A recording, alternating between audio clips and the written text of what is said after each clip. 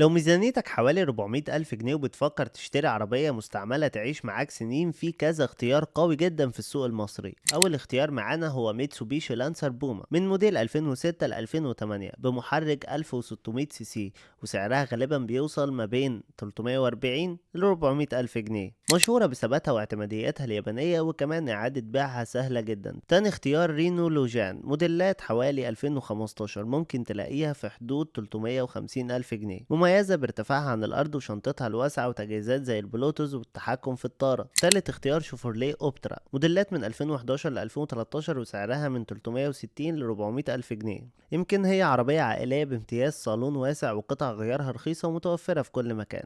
أما رابع الاختيارات هيونداي الانترا، موديلات من 2005 ل 2007، المعروفة باسم لافيتا. عربية مريحة في السواقة ومحركها 1600 سي سي واعتماديتها معروفة في السوق.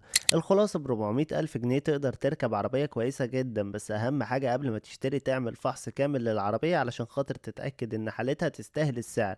لو هتختار بينهم، تفضل الياباني ولا الكوري ولا الأوروبي؟